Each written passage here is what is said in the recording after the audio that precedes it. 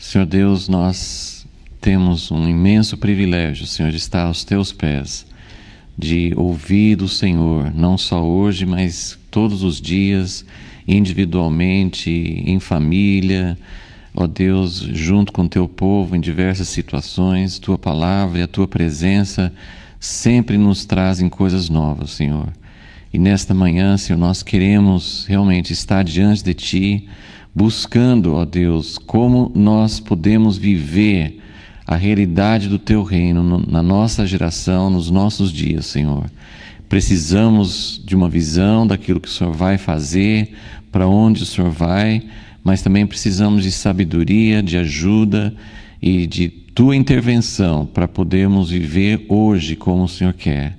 Ó Deus, nós desejamos, Senhor, que a Tua palavra afete, impacte a nossa vida nos dias de hoje, Senhor. E pedimos isso em nome de Jesus. Amém.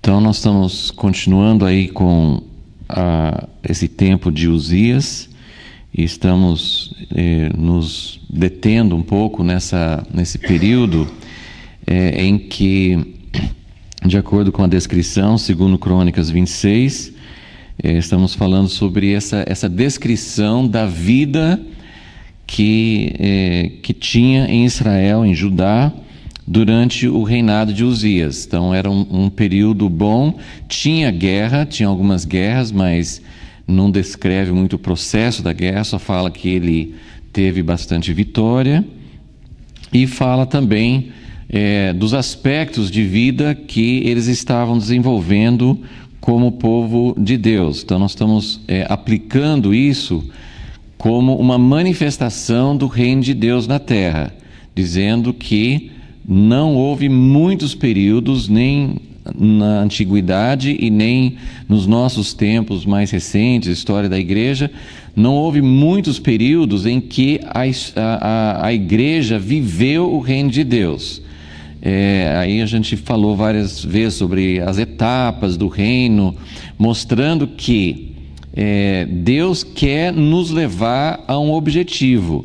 Durante muito tempo, a igreja que espiritualizou tudo desde os tempos da igreja primitiva, a igreja começou assim a mudar aquele foco de Israel que vivia na terra, tinha a cidade de Jerusalém, tinha um templo, as coisas eram concretas, eram visíveis.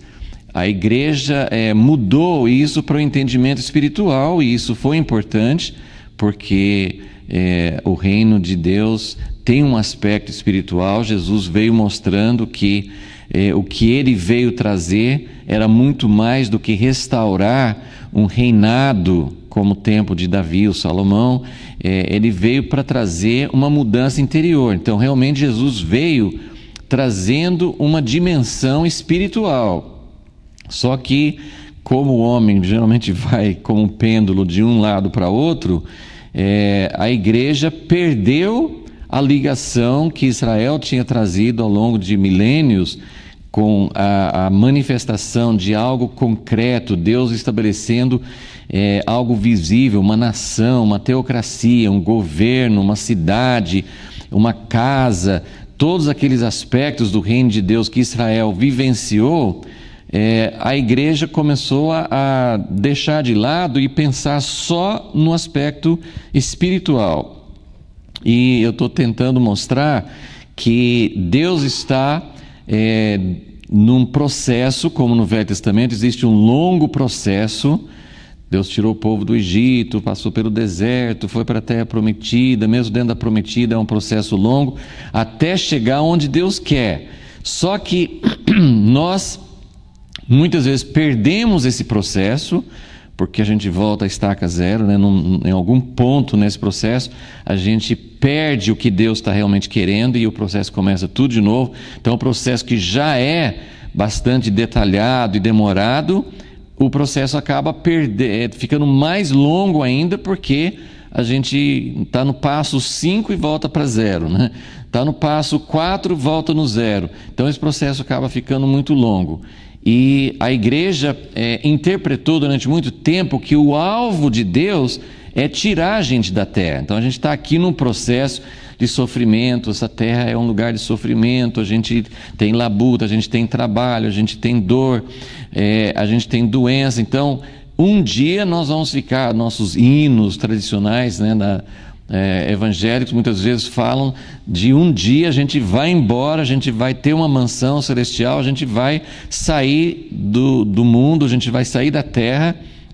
E o alvo de Deus é assim, essa terra é uma coisa passageira, tem verdades nisso, lógico, né? Essa vida é passageira, mas pensando em passageiro como isso aqui não tem nada a ver com o propósito de Deus. O que Deus quer mesmo é que a gente se torne, e aí a gente fica assim, até com aquela ideia assim de que nós vamos ser uns espíritos sem corpos, voando por aí nas nuvens, né? Que a felicidade final é a gente não ter mais corpo. A Bíblia nunca ensinou, não tem lugar nenhum na Bíblia que fala que a vida eterna é uma vida sem corpo, né?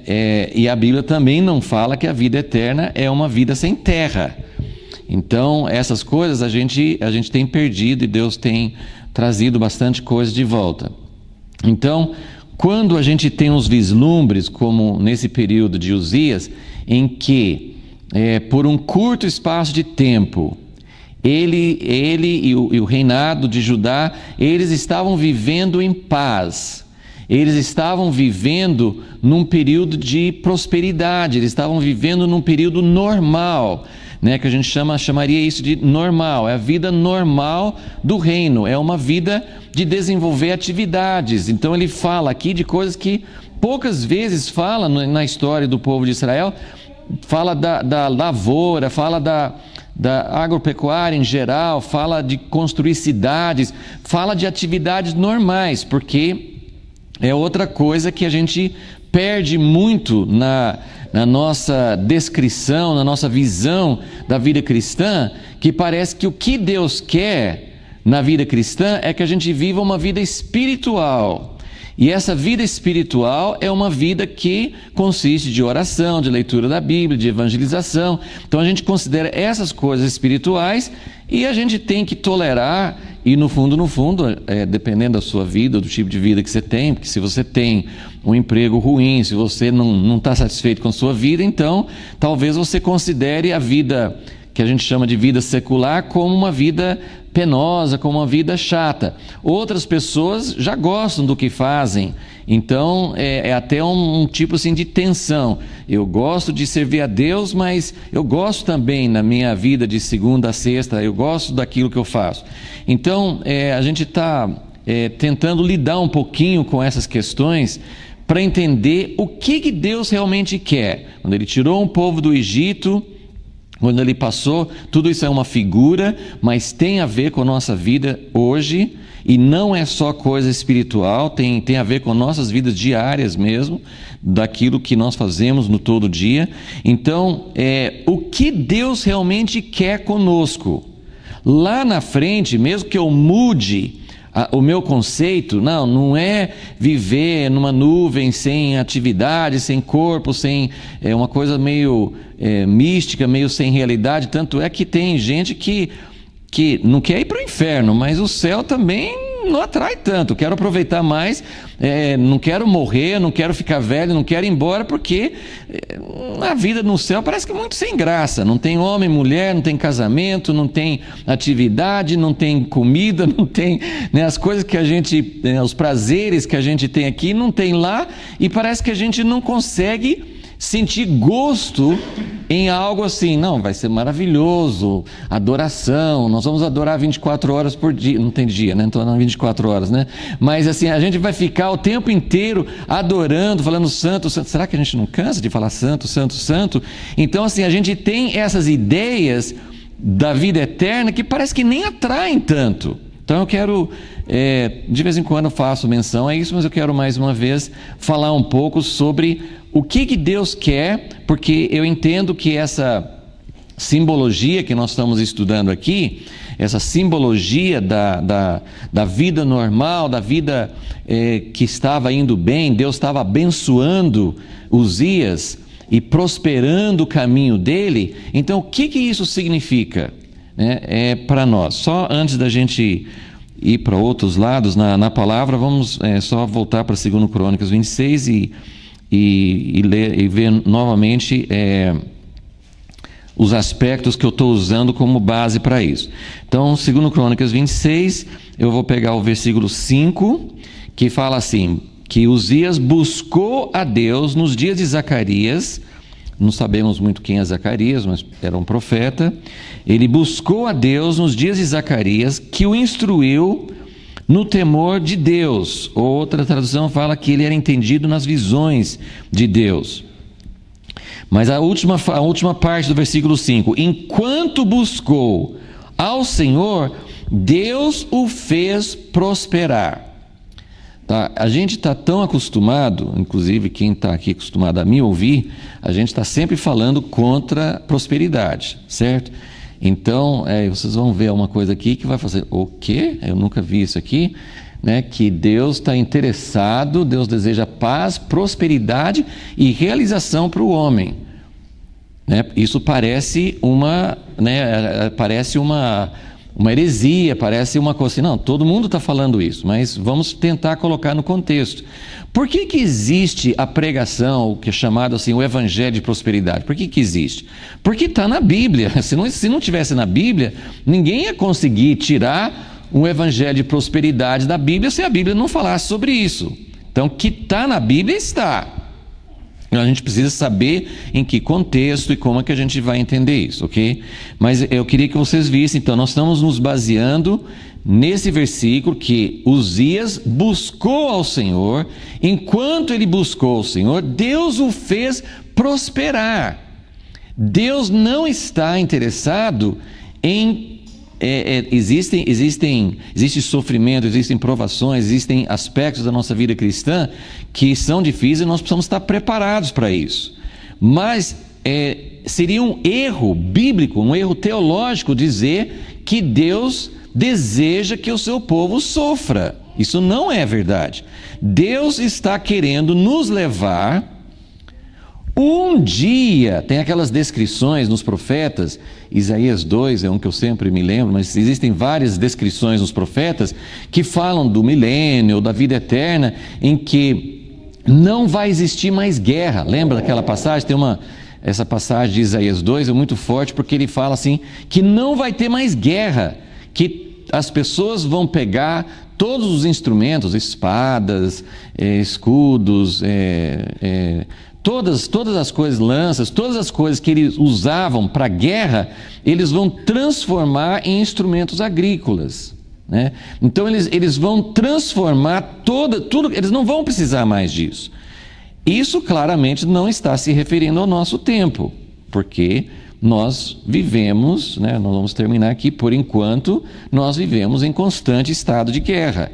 Então, por mais que o reino de Deus possa ser experimentado hoje, nós não podemos dizer, não, chegamos ao final da nossa luta, do nosso tempo de provação, e nós vamos viver sem guerra. Não. Antes de Jesus voltar, nós não vamos viver sem guerra.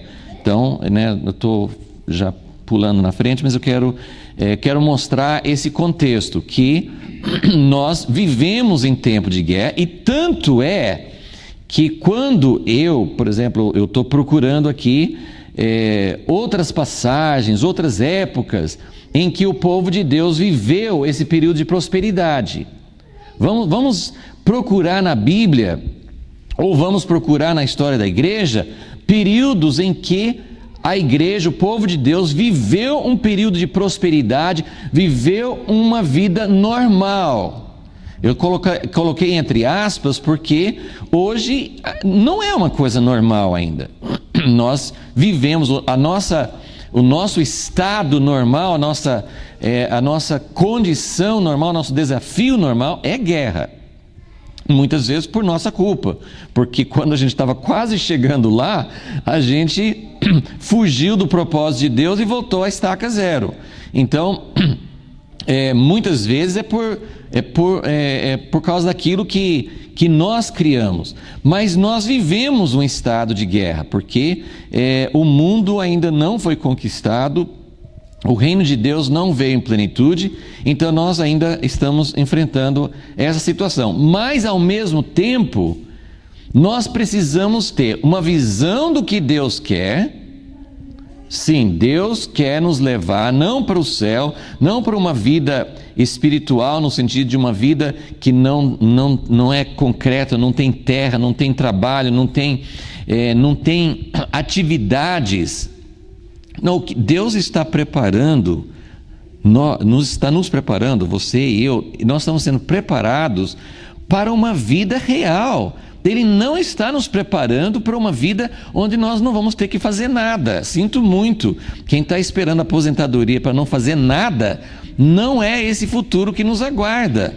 O futuro que nos aguarda é força, vigor, não é que ele fala em Isaías 40? Os que esperam no Senhor renovarão as suas forças.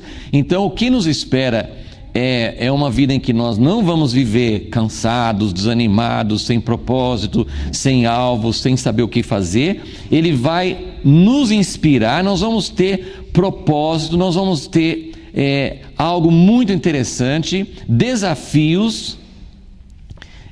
Eu não sei descrever como vai ser, nós temos poucas descrições, mas eu estou falando baseado no que a gente vê de Deus, no conhecimento de Deus, que Deus não ele é uma pessoa, ele tem objetivos, ele tem projetos, ele nunca está, o que ele quer mesmo é comunhão, mas a comunhão é sempre uma coisa produtiva.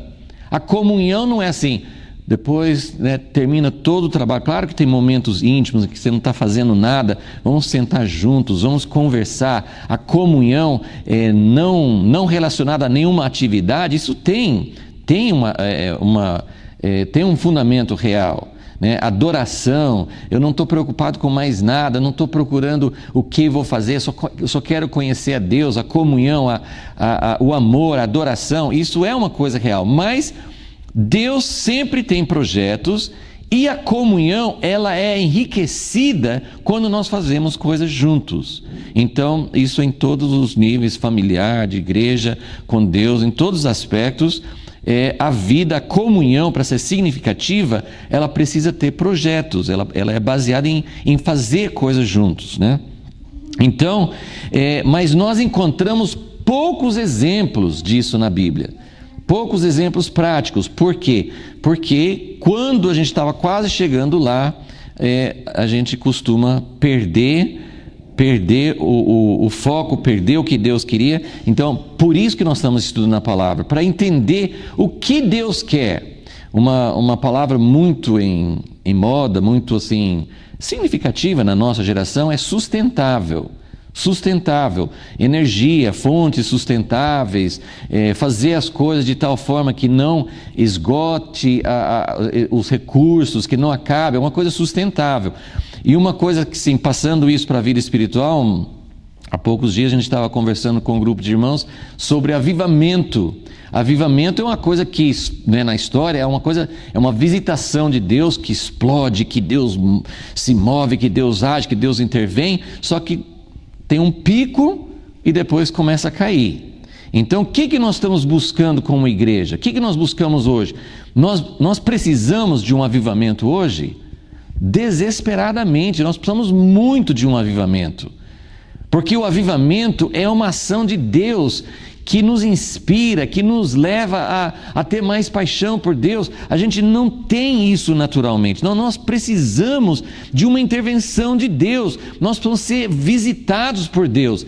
Mas existe algo importante que é como nós vamos nos preparar para isso. Uma ilustração simples se nós queremos muito que chova e vem uma chuva forte, essa chuva, a maior parte dela vai ser desperdiçada e vai até trazer problemas para nós com erosão, porque nós não estamos preparados para a chuva. Então nós precisamos ter canais, precisamos ter formas de recolher a água, precisamos ter proteção para não fazer erosão. Então nós temos que ter esses aspectos para que a visitação de Deus seja algo sustentável. Deu para entender? Então essa é a ideia. E esses momentos, uma das coisas importantes para a gente entender sobre a era presente e a era vindoura, é que a era vindoura, que vai ser introduzida por Jesus, tem muita coisa que nós nunca faremos sem Ele, não fazemos nada nem agora sem Ele, mas a igreja, mesmo com a presença do Espírito Santo, a igreja não tem condições de estabelecer o reino de Deus sobre toda a terra sem a volta de Jesus. Mas quando a gente fala na volta de Jesus, naquilo que Ele vai fazer no futuro, nós precisamos lembrar que Ele não voltou ainda porque Ele está esperando alguma coisa. Em outras palavras, se a gente ficasse assim, não dá, a igreja não vai para frente, ela dá 2 passos para frente, ou 1 passo para frente e 2 para trás, assim, a igreja não dá, Jesus, já deu para ver, a gente só estraga as coisas que o Senhor faz. Quem somos nós, mas eu aconselho o Senhor, eu aconselho o Senhor a vir e já resolver tudo, porque nós mesmos já vimos que a gente não consegue, mas Ele não pensa assim, Ele não pensa assim, porque se fosse para Jesus voltar e resolver tudo, Ele já teria voltado. Está esperando o quê? Então, algo está dependendo de uma preparação, e Ele está nos treinando, porque mesmo quando Ele voltar, Ele vai fazer junto conosco. Mesmo Ele voltando, Ele não vai fazer tudo sozinho, porque esse é o propósito desde o início. Então nós precisamos entender um pouco sobre isso. Eu só coloquei esses pontos aqui, eu já mencionei rapidamente, mas eu queria só passar por essas ideias para dar uma visão para vocês. Salmo 115 essa verdade está em muitos lugares na Bíblia, mas acho que não tem nenhum lugar na Bíblia que está expresso tão claro como nesse versículo. Salmo 115,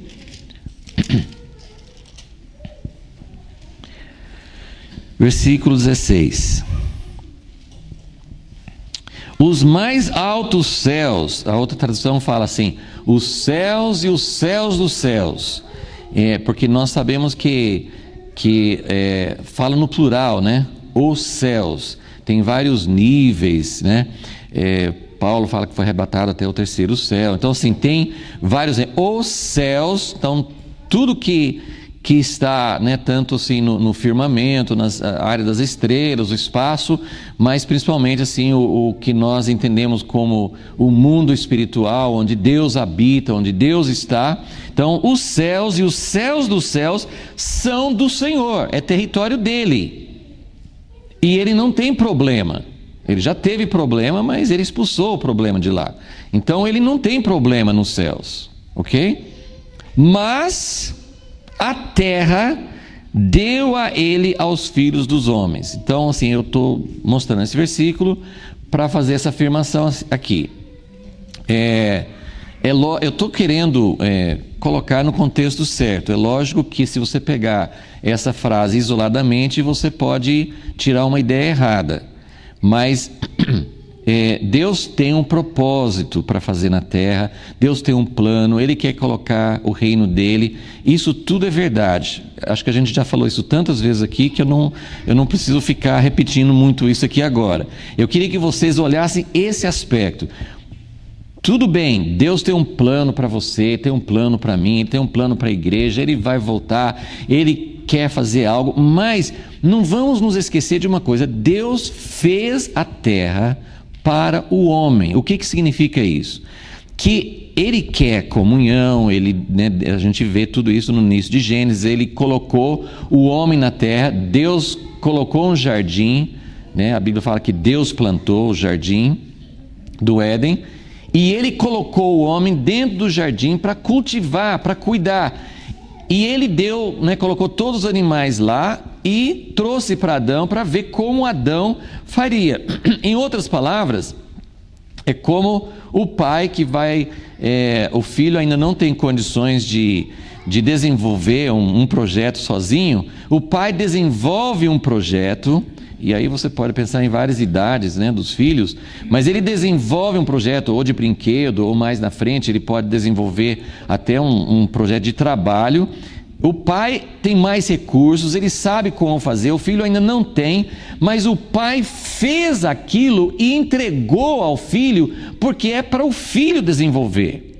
E é essa ideia que a gente tem nos primeiros capítulos de Gênesis, quando Deus fez a terra e tem toda a criação, as etapas da criação em Gênesis 1, e depois fala com o homem, criado à imagem de Deus, mas ele coloca o homem como responsável, fala assim: você que vai governar, você que vai desenvolver, você que vai encher a terra, você que vai sujeitar a terra, isso aqui é um projeto seu.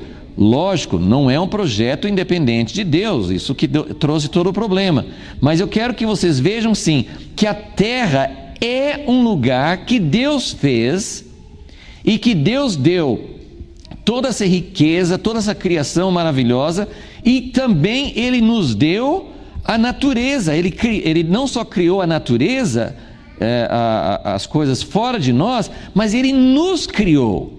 Então tem um potencial enorme fora de nós e tem um potencial enorme dentro de nós. Então Deus fez a terra para o homem, porque Ele queria que o homem desenvolvesse, e isso é o que vai glorificar Deus. Como Pai, vai ficar muito orgulhoso, vai ficar muito contente quando o homem usa o que Deus deu para ele e desenvolve. Como nosso amigo Pedro Arruda sempre fala assim, que Deus trouxe os animais para Adão, e Adão que colocou o nome. E é assim, é uma história bem resumida, a gente não tem muitos detalhes, mas ele observou assim, que em nenhum momento, pelo menos a Escritura não fala, que Deus questionou: Adão, mas você colocou esse nome? Acho que esse nome não é muito bom, não. Não. Todos os nomes que Adão deu aos animais, Deus aceitou. Girafa, zebra, leão, minhoca, seja o que for, assim, é isso mesmo, né? É isso mesmo.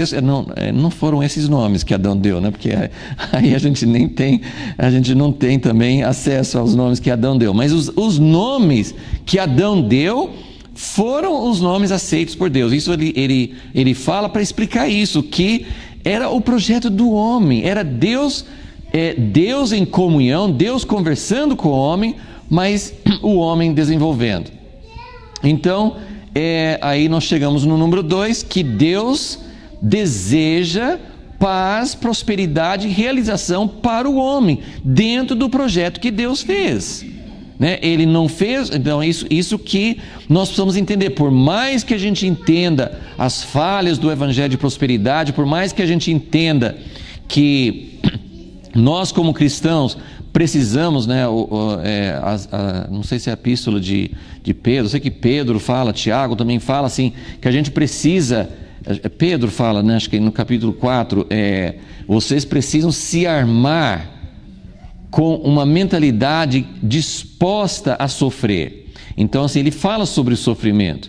Então, quando eu falo sobre isso aqui, eu não estou excluindo o sofrimento e não estou excluindo o processo de Deus para chegar aqui. Eu já mostrei isso nas outras aulas. Quais são as etapas? Por causa do pecado, por causa de tudo que veio, de todas as maldições que vieram sobre a terra, por causa do pecado, porque o pecado, em Gênesis 3, trouxe várias maldições sobre a própria terra. Deus falou assim com o homem: a terra é maldita por sua causa.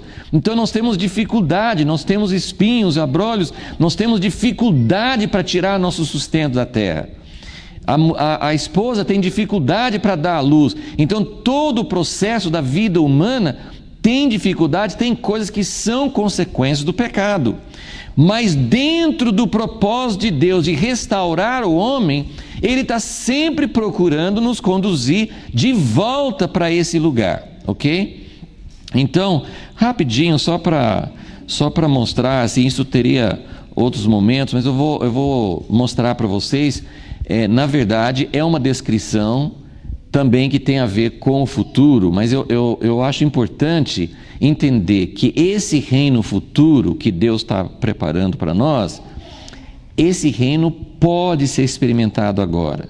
Ele é em medidas, não é plenitude, mas ele não só pode, mas precisa ser experimentado agora. conforme eu entendo, Jesus não vai voltar enquanto aquilo que ele propôs, aquilo que ele deu para nós, não for provado. Ele vai voltar para implantar o que deu certo na adversidade, na dificuldade, todos os obstáculos que nós tivemos aqui, quando ele mostrar para os principados e potestades, quando ele mostrar que realmente o reino dele funciona, aí ele volta para implantar o reino na terra toda. Deu para entender? Então, esse alvo de Deus, que é a mesma coisa do que nós colocamos aqui, né? As etapas para o reino, então passa por servidão, passa por deserto, tem lutas, tem guerras nesses processos todos, mas o objetivo de Deus é nos conduzir a uma vida do reino aqui, agora.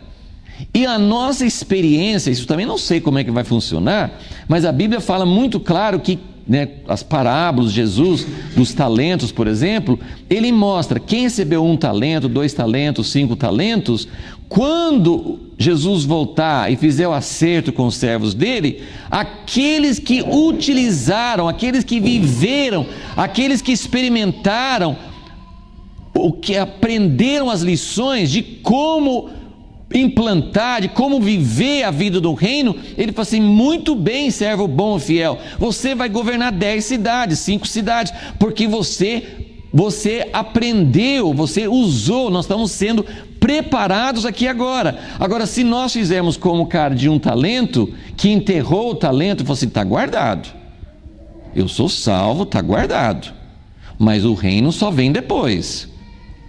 E eu não vou mexer com isso agora. Quando Jesus voltar, eu devolvo para ele e ele faz o reino dele. E o Senhor ficou muito bravo com ele. Então, se nós não trabalharmos essa vida do reino agora, se nós não lutarmos para vencer essas etapas e parar de voltar para a servidão, né, nós não vamos chegar no ponto 7 e Jesus não vai voltar. Então, essa é a minha tese, é isso que eu estou querendo mostrar. Agora, para entender essa vida do reino que Deus quer agora, eu vou ler para vocês em 1 Reis capítulo 4, vamos abrir lá.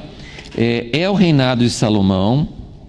O reinado de Salomão é uma figura do milênio, é uma figura do objetivo final de Deus, mas é também uma figura daquilo que nós podemos experimentar em parte desde agora, ok? Eu só vou ler 2 versículos aqui. 1 Reis capítulo 4, versículo 20, depois nós vamos ver o versículo 25. Então, nesse reinado de Salomão, eram os filhos de Judá e Israel tão numerosos quanto a areia que está à beira do mar. Isso é uma das coisas que Deus quer, números, né? Deus quer muita gente. Ele quer o povo, assim, Deus não quer números por números.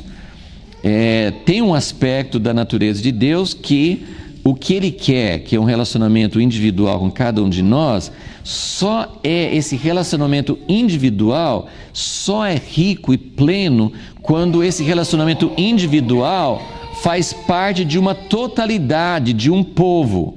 Isso é muito claro na Bíblia, que Deus gostava muito, sim, de Abraão, gostava de Enoque, né? Gostava de Enoque tanto que, né, era um momento que Deus aparentemente não podia começar uma coisa com o povo. Então ele gostou tanto de Enoque, ele levou Enoque embora, mas não cumpriu o propósito dele. O propósito de Deus precisa ter uma coisa coletiva. Deus é tão grande que ele não pode ser experimentado. A vida de Deus não é plena só no seu relacionamento individual. Tem que ter o individual, é baseado no individual, né? Mas precisa ter essa coletividade. E na verdade Deus está mirando. E isso é difícil para a gente entender, porque a gente entende que, por enquanto, são poucos que são fiéis a Deus. Nós estamos acostumados a ser sempre uma minoria. Estreito é o caminho que vai para a vida eterna, largo o caminho que vai para a destruição. Então, a gente tem essa ideia assim, de que Deus não quer a maioria. a maioria, né? Não, Deus quer que todos sejam salvos. Deus está olhando para a humanidade como toda. Então, ele fala, eram numerosos quanto a areia que está à beira do mar. E isso aqui que eu queria que vocês vissem. Isso aqui não é pecado. Porque a gente tem aquela descrição. Porque nos dias de Noé eles comiam e bebiam e foram todos levados embora. Isso aqui é a vida normal. Olha como assim a gente precisa entender que isso aqui é descrição. Isso aqui é o ponto, é o auge, é o ponto da história em que Deus gastou todos esses processos aqui para chegar nesse ponto 7 aqui com Salomão. Nem Davi chegou aqui. Davi preparou o caminho, mas isso aqui que descreve com Salomão é o que Deus queria. Deus está querendo que o povo dele chegue nesse ponto. Em outras palavras, precisa passar pelo deserto, precisa passar por situações de disciplina, mas o que Deus quer, isso não é o propósito de Deus para nós. Isso é uma passagem, isso é um mal necessário, mas o que Ele quer fazer é nos levar para isso aqui. Os filhos de Judá e Israel eram numerosos, como a areia que está à beira do mar, comiam, bebiam e se alegravam. É possível fazer isso de uma maneira certa. Versículo 25. Judá e Israel habitavam seguros, não tinha mais guerra. Habitavam seguros, cada um debaixo da sua videira e debaixo da sua figueira. Você vai encontrar essa expressão umas 3 ou 4 vezes nos profetas, principalmente, né? Como uma descrição, quando fala assim, cada um habitava debaixo da sua videira e da sua figueira. Eram duas plantas muito importantes, né? na agricultura, na economia, né, de Israel, mas representa uma segurança. Eles não precisavam ficar atrás de muros, eles não precisavam ficar pensando em defesa, cada um podia ficar tranquilo. E representa uma vida de paz, uma vida de prosperidade, uma vida de tranquilidade, ok? Então, isso é uma descrição que nós temos no Velho Testamento. Agora, eu fiquei pensando, e no Novo Testamento, não tem alguma descrição, não tem algum lugar? Olha, é difícil achar, mas eu achei um versículozinho em Atos que pode, assim, como eu falei, essas coisas duram muito pouco. Essa situação, pensa bem, na vida de Salomão, que reinou 40 anos, mas não durou os 40 anos de Salomão, nem o reinado dele. E no filho dele já dividiu o reino e as coisas já pioraram. Veio o rei do Egito no tempo do filho dele, já roubou todo o ouro que tinha lá no templo. Então, essas coisas duram muito pouco, mas são amostras e poderiam durar mais se nós entendêssemos o que é um avivamento sustentável. Porque existem coisas que fazem parte do propósito de Deus.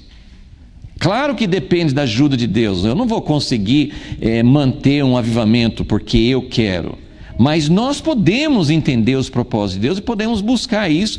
E eu creio que nessa geração que nós vivemos, antes da vinda de Jesus, eu não sei se vai ter essa parte assim de prosperidade, de todo mundo vivendo bem. Não sei se nós vamos ter oportunidade para isso ou não. Não sei como que vão ser os próximos acontecimentos. Porque realmente nós vivemos num estado contínuo de guerra, né? Que nós precisamos reconhecer. Mas, ao mesmo tempo, eu quero deixar isso para mim está sendo muito forte, entender que Deus quer nos ensinar. Nós estamos sendo treinados para esse reinado de paz e tranquilidade que virá quando Jesus voltar. Nós estamos sendo treinados para isso agora. Então nós precisamos experimentar, nós precisamos viver. Ok? Então vamos lá em Atos 9,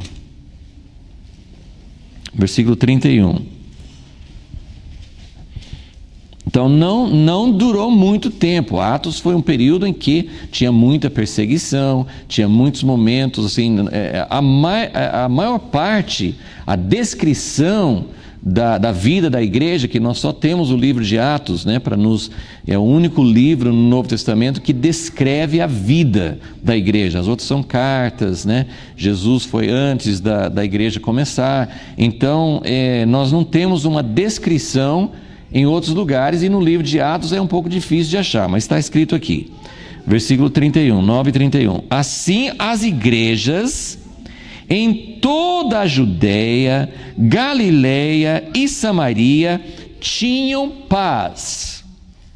Eram fortalecidas e edificadas pelo Espírito Santo, se multiplicavam andando no temor do Senhor. O que a gente entende disso? Eles só faziam coisas espirituais? Não. Lá, aliás, isso é porque a gente entende espiritual da maneira errada, né? Porque não deveria ter essa distinção. Tudo que você faz é espiritual se você está fazendo com a motivação e o foco certo. Então tudo faz parte. Não tem, para Deus não tem essa coisa. Eu estou usando o espiritual do jeito que a gente geralmente pensa. Então quando as igrejas estavam vivendo em paz e estavam no ponto que Deus queria, Deus resgatou, Deus tirou do mundo.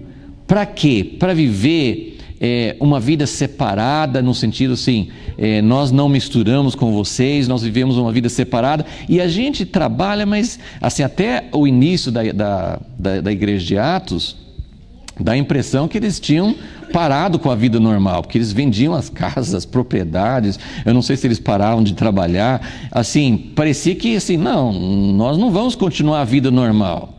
Mas não era assim. Eles tinham essa vida de paz e tranquilidade para poder viver uma vida no meio das pessoas, fazendo tudo que as outras pessoas faziam. Eles não eram pessoas que não trabalhavam mais, que não tinham mais interesse nas outras coisas. Eles viviam no temor do Senhor, ok?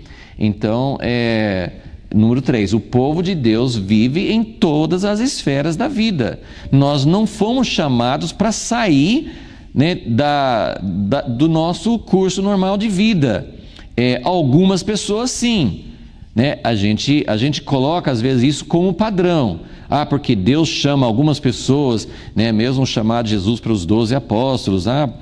O cara pescava, mas não vai pescar mais. O outro que cobrava impostos pediu demissão do emprego dele e tal. Isso era um chamamento especial.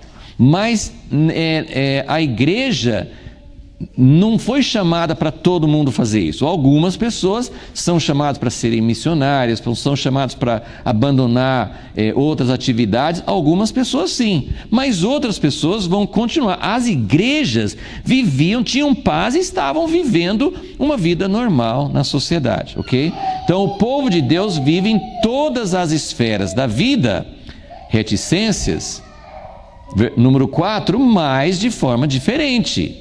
Ok? Então, nós fazemos tudo que os outros fazem. Então, o que era especial? Agora vamos voltar para nosso modelo lá de 2 Crônicas 26 sobre o tempo de Uzias. O que era diferente sobre o povo de Israel que vivia ali, né, com o tempo de Uzias, e que estavam construindo cidades? Eu acabei não relendo para vocês, né, mas nessa descrição que tem depois do versículo 5, em 2 Crônicas 26, fala que ele construía cidades até em territórios dos inimigos, como dos filisteus. Então isso significa que a igreja vai invadir áreas. Eu vou repetir mais uma vez para vocês pegarem a ideia. Tinha regiões próximas a Israel que não pertenciam a Israel. Os filisteus, os amonitas, né? os edomitas, tal. Existiam povos próximos a Israel, mas que eram inimigos de Israel. Uzias venceu, ele fez guerra, venceu, mas ele construía cidades no meio deles. Então, isso é uma alegoria, né? Isso é uma figura da igreja invadindo áreas que são consideradas Não, a igreja está pensando, a igreja faz teologia, a igreja evangeliza, a igreja não participa de pesquisas científicas, a igreja não participa de política, a igreja não participa de cultura, artes, teatro, coisa assim. A igreja não faz isso, e quando faz mal feito, né? Se faz alguma coisa, a gente não faz. Não, ele invadiu essa área e construiu cidades. Se vocês estiverem anotando, assim, eu acabei não colocando, são só duas palavras chaves. O próprio esboço que vocês têm, tem aí na letra B, número 2, letra B, fala sobre as edificações, cidades, torres, cisternas, mas principalmente cidades. O que representa cidades? Cidades representam a vida em comunidade, porque cidade é onde as pessoas vivem em conjunto e ali desenvolvem todo tipo de atividade. O que tem na cidade? Tem as atividades que as pessoas fazem em conjunto, é vida em comunidade. Jesus falou que o povo dele, os discípulos dele, no Sermão do Monte, ele falou que nós deveríamos ser uma cidade edificada sobre um monte. Um tipo assim de um museu. Não um museu, né? Museu é coisa que remete assim ao passado. Mas assim, é para ser uma amostra. É assim que se vive o reino. Mas o que é uma cidade? Uma cidade é um lugar onde tem todos os tipos de atividade que você pode imaginar. Todas as coisas que fazem parte da vida humana. Então, a igreja, o povo de Deus, o reino de Deus, não deveria ser assim. Nós nos ajuntamos aqui para ouvir a palavra, para adorar a Deus, mas depois cada um vai seguindo o seu caminho. É claro que nós vamos estar sempre no meio da sociedade, mas existe algo, deveria existir algo. A igreja deveria ser uma comunidade. Tem vários tipos de comunidade. Tem comunidade onde as pessoas compram propriedades e vivem na mesma rua, no mesmo bairro, às vezes no mesmo conjunto de prédios, de apartamentos. Existem vários exemplos disso. Mas quando eu falo vida em comunidade, eu estou falando especificamente de como nós podemos, como povo de Deus, cooperar juntos para desenvolver projetos que Deus interessa. Projetos comuns, projetos normais. Nós vivemos em todas as esferas da vida. É difícil viver em certas esferas? É difícil? Principalmente sozinhos. Sozinho você não consegue mudar o sistema educacional. Sozinho você não consegue mudar a política. Por isso que precisa de comunidade, precisa de estar vinculados juntos. Nós vamos mudar todo o sistema educacional do Brasil? Provavelmente não. Mas é possível fazer algo que faça um impacto dentro de uma escola? Tem muitos exemplos disso. Tem pessoas que sozinhas fizeram uma diferença. Quanto mais se tiver pessoas convivendo, trabalhando juntos para algo em comum. Então, quais são os exemplos? Como é que faz isso? Você percebe? Nós temos pouquíssima experiência, temos pouquíssimos exemplos, porque nós estamos sempre voltando ao ponto número 1 e começando de novo. Então nós precisamos chegar nesse ponto. Então o povo de Deus deve viver em todas as esferas da vida. Nós temos chamados, nós temos vocações. Nós temos vocações diferentes. Deus chamou você para fazer aquilo que você faz, fazer muito bem feito, com outra motivação e de outra forma. Porque aquilo que bate dentro do seu coração precisa ser diferente. Então eu vou só citar um pouquinho no livro de Efésios daqui a pouquinho sobre essa de forma diferente. E só terminando aqui, por enquanto, então isso aqui é a visão daquilo que Deus quer. Deus chamou a igreja, Ele tem um plano eterno maravilhoso. A gente precisa ter mais gosto, né? As pessoas que nunca foram muito motivadas para andar flutuando numa nuvem precisam entender que Deus tem uma coisa bem melhor planejada, assim, não que flutuar na nuvem talvez seja até bom, né? Mas assim, se aquilo não desafia você, se aquilo não faz assim, poxa, eu não vejo a hora, né? Deus não quer que a gente abandone o que nós estamos fazendo aqui.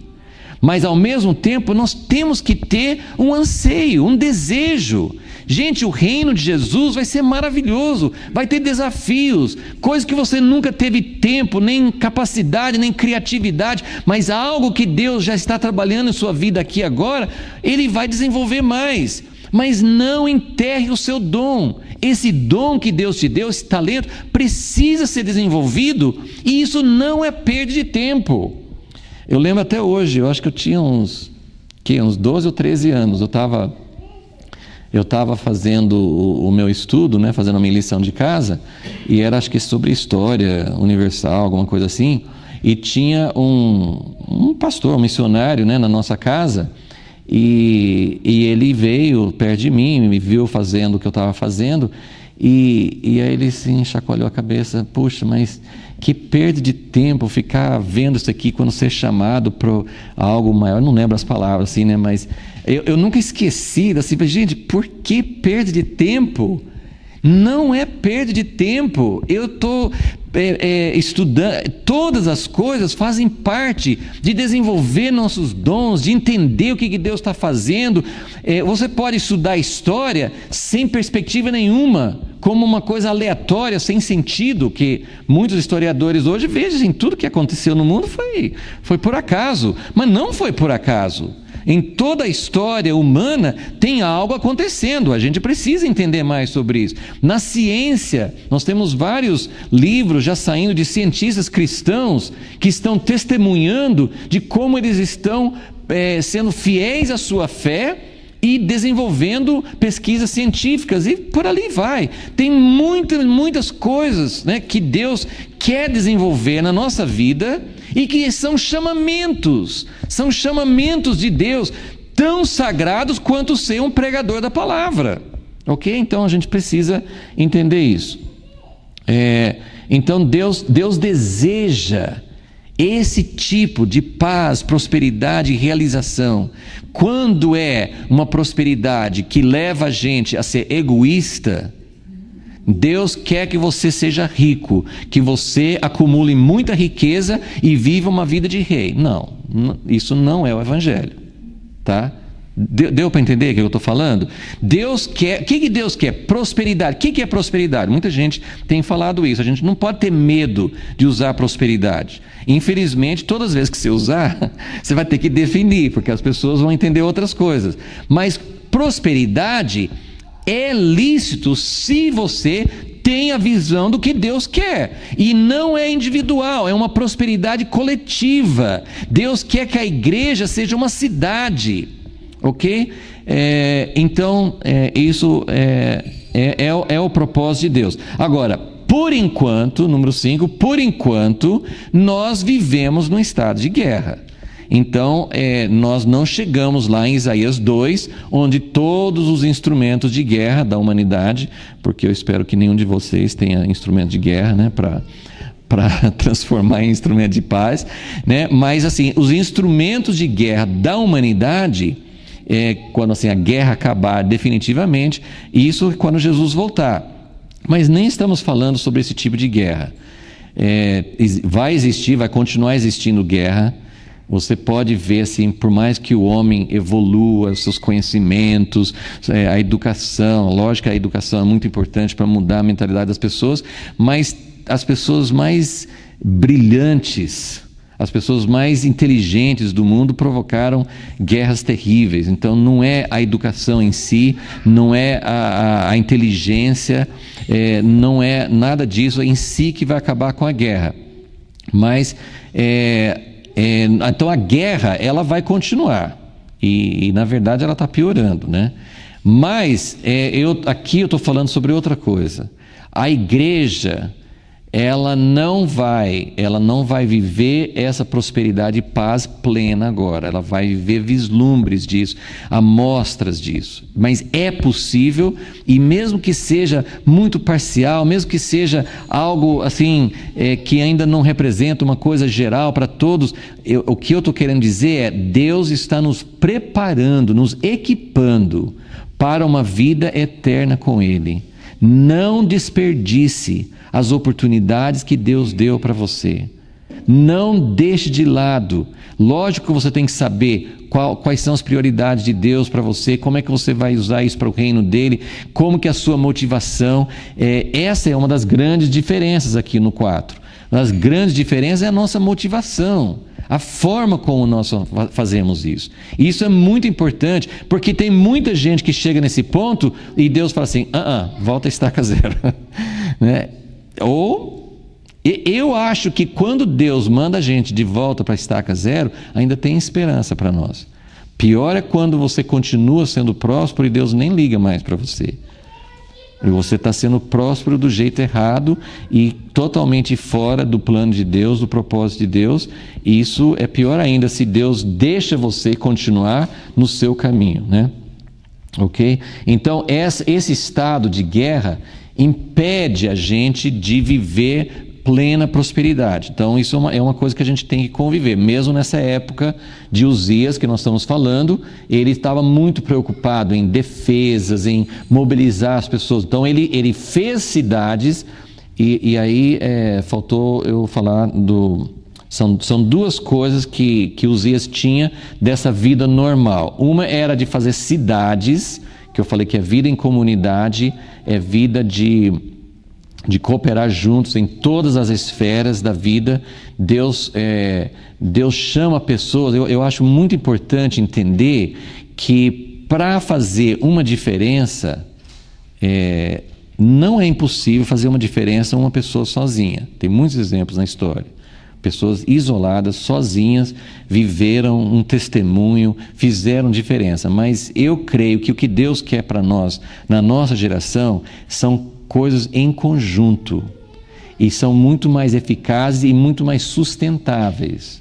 Quando uma pessoa sozinha entra na sua vocação e cumpre o propósito de Deus para a sua vida numa área dessa que nós consideramos secular, mas que todas as áreas são interessantes para Deus. Deus está interessado em todas as áreas.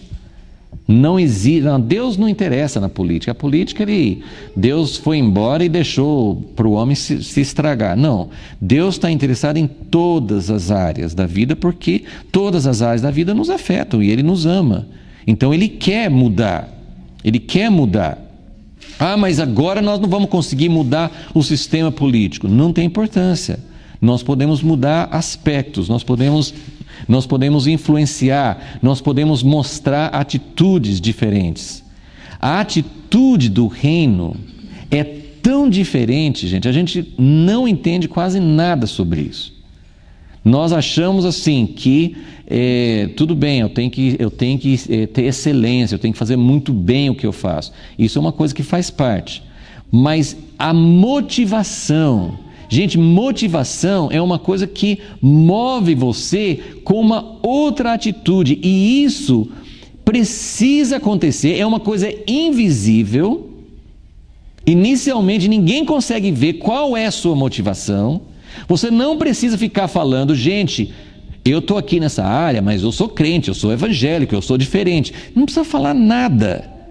Claro que você vai falar quando alguém pergunta, mas eu estou dizendo assim, para você ser identificado, você não precisa ficar falando, é melhor que não fale, porque as pessoas precisam ver que tem algo diferente realmente na sua maneira de viver, na sua motivação. E, gente, isso é algo muito importante, impossível para nós. É impossível. Por isso que nós precisamos de grupinhos de 2, 3, 4, 5 pessoas na mesma área que estão orando, que estão pedindo, Deus, ajuda-nos a fazer uma diferença. Claro, nós queremos nós queremos evangelizar, nós queremos que a pessoa encontre com Jesus, queremos que a pessoa seja realmente convencida, mas antes disso, não tem antes, né? Deus pode fazer em qualquer momento, mas a nossa preocupação tem que ser como Deus vai nos capacitar para ser diferentes na nossa área, ok? E então, mesmo estando em estado de guerra, nós podemos ver pequenas coisas acontecendo em qualquer momento. Então, as duas áreas que Uzias vivenciou foram a letra B, letra B, que é cidades, que representa todas as atividades do homem, todas as esferas de atividade humana com vida em comunidade. E a letra C, que é agricultura e pecuária, que era, ele amava essa frase. Com certeza tem muita coisa que eu não sei exatamente o que espiritualmente isso pode significar para nós, totalmente. Mas agricultura e pecuária são a base do sustento humano, né? Por mais que você possa trabalhar em alguma outra coisa que te dá o seu sustento, mas todo o nosso sustento vem da terra, né? Então, a agricultura, e o povo daquela época, a economia deles era baseado nisso. Mas eles estavam prosperando em fazer aquilo que Deus tinha dado para o homem desde o início, que era cultivar a terra.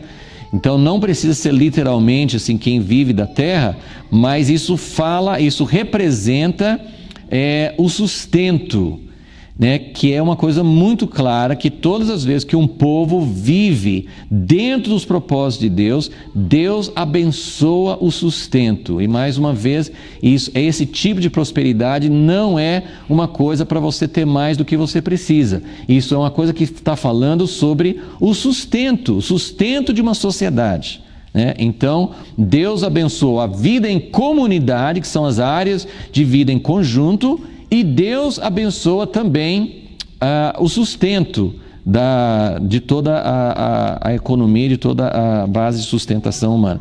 Deve ter muita coisa ali, muita coisa escondida, mas eu acho que são aspectos assim que nos ajudam a entender que Deus quer que nós tenhamos uma vida do reino.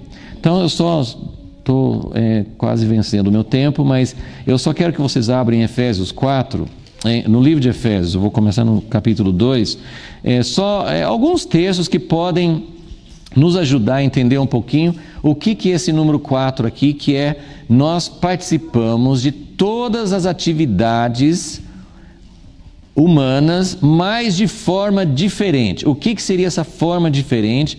É claro que essa aplicação, mesmo lendo no Novo Testamento, nós precisamos de muita ajuda de Deus para entender como isso funciona, mas eu só quero chamar a atenção a alguns versículos. Primeiro, no capítulo 2. Antes de ler esses textos, eu vou repetir uma coisa que eu já devo ter falado assim, mas que faz muito tempo. Watchman Nee, que é um autor muito conhecido, chinês, né, no início do século passado, ele escreveu, praticamente não escreveu livros ele mesmo, mas muitos livros foram feitos das palestras dele. E um livro muito interessante assim, sobre o livro de Efésios que ele escreveu, em inglês, foi feita uma tradução, mas acho que nem existe assim, para compra mais esse livro, e eu nem lembro mais como é que ficou o título em português, mas em inglês ele pegou 3 palavras-chave do livro de Efésios que ajuda a gente a entender. Mesmo nesse capítulo 2, aqui no versículo 6, 2, versículo 6, nos ressuscitou juntamente com ele e nos fez assentar. Então ele usa 3 verbos no livro de Efésios para mostrar aspectos importantes da nossa vida cristã. E ele fala que a vida cristã começa sentado, né? Que você não fez nada. Você não fez nada. Você não conquistou sua salvação, não é você que ganhou, não é por obras, né? Que até nesse contexto aqui, versículo 8, pela graça sois salvos, né? Não por obras nossas. Então, a vida cristã começa a gente aprendendo a sentar. Mas sentar onde? Onde que ele nos fez sentar?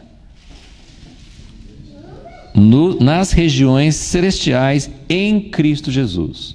Então, acima de todo o principado e potestade, acima das lutas. Então, Ele nos deu uma posição de vitória sem que você tenha feito coisa alguma. Então, a vida cristã começa com...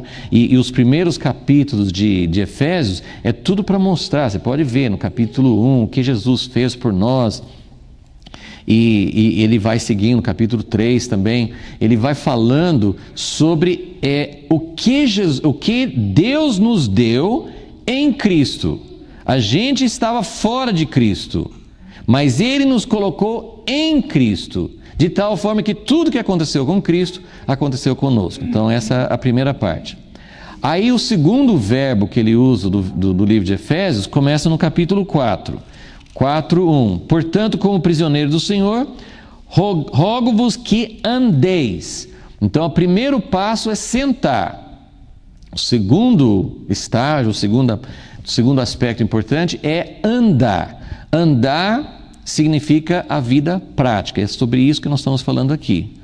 Então você tem uma vida em Jesus, você foi perdoado de todos os seus pecados, você é justo, mesmo você não tendo feito nada para merecer isso, você é justo diante de Deus, você tem autoridade, você não é sujeito as forças do inferno. Então esse assentar em Cristo é a posição inicial, mas depois de ter essa posição lá em cima, nos lugares celestiais, você precisa aprender a andar, que ele fala assim, nesse versículo 4:1, ele fala: rogo-vos que andeis como é digno da vocação com que foste chamados.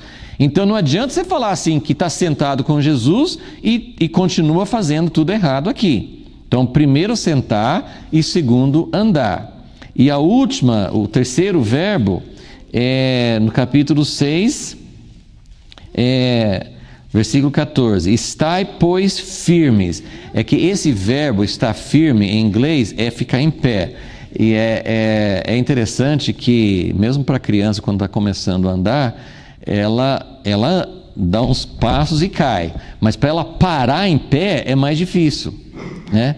Então, realmente, assim, você dá alguns passos é mais fácil do que você ficar em pé. E o que quer dizer ficar em pé? Você resistir, né? Que tem a ver com guerra espiritual. Então, só queria falar sobre esses três aspectos, que é muito importante para você entender o livro de Efésios. Foi uma chave importante, né? Eu sempre lembro dessa chave.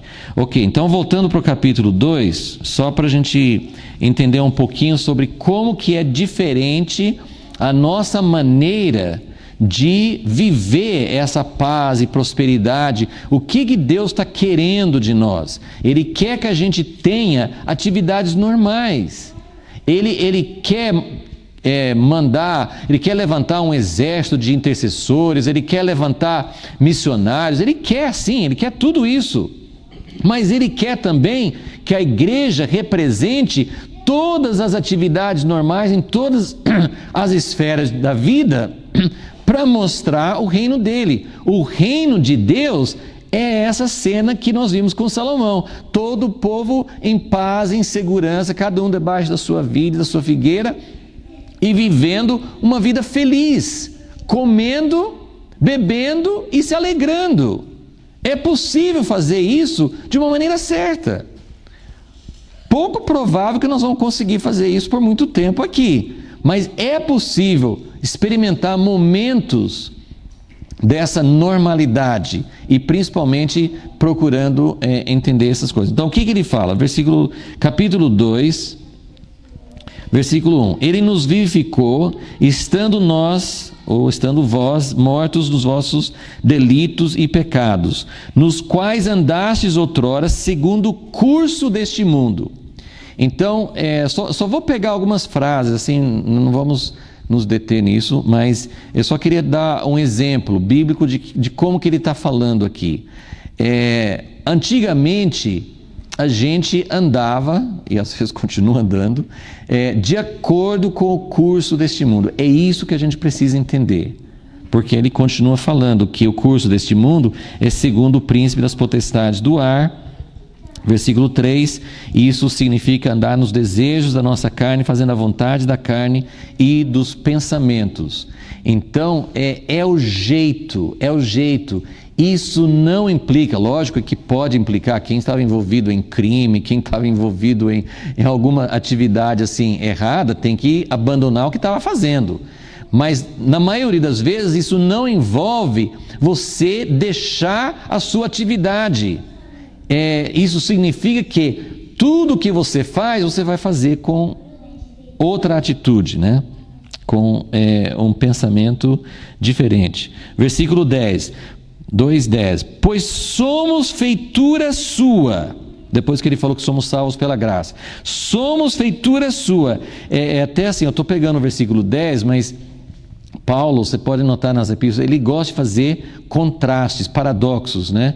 Porque no versículo 8 e 9, ele acabou de falar assim, não é por obras, você foi salvo pela graça, não por obras. Aí no versículo 10, pois somos feitura sua, criados em Cristo Jesus, para as boas obras,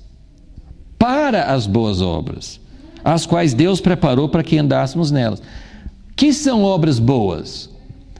Para nós como cristãos deve ser evangelizar, claro, isso é bom. Ou deve ser ajudar os pobres, muito bom também. Mas eu estou querendo dizer, essas boas obras são as obras de todo dia, são as obras que você faz dentro da sua profissão e dentro da sua vocação, ok? Capítulo 4, rapidinho estamos terminando. Versículo 1 nós já lemos. Versículo 17, portanto, digo isto e testifico no Senhor, para que não andem mais como andam os outros gentios, na vaidade do seu pensamento. Então, você vai lendo as coisas assim, eu não tenho tempo de seguir, mas ele está falando, você não vai viver mentindo para as pessoas, você não vai fazer desonestidade. Versículo 25 fala sobre mentira, versículo 26 sobre ira, versículo 28 sobre furto.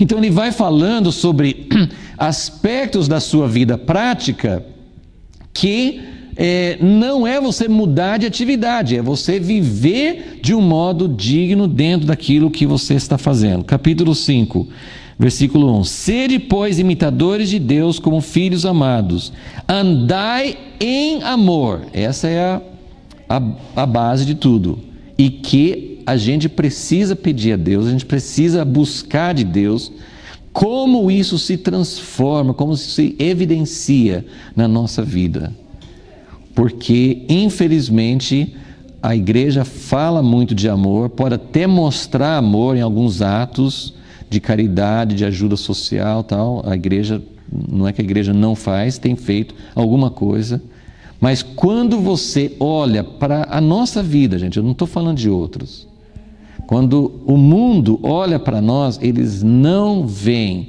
esse amor. Então, isso que nós precisamos buscar de Deus, como evidenciar isso, como manifestar isso. Andai em amor, como também Cristo vos amou, se entregou a si mesmo por nós em oferta e sacrifício a Deus em cheiro suave. E aí ele vai falando sobre todas as coisas de impureza, conversa tola, que não convém, devasso, versículo 5, impuro, avarento, que é idolatria, né? Claro que a igreja hoje não tem avareza, né? Isso é uma coisa que a igreja já venceu há muito tempo, né?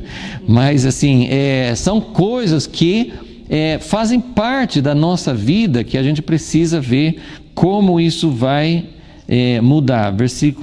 Toda essa passagem é boa, estou só pegando alguma coisa. Versículo 15, portanto, vede prudentemente como andais,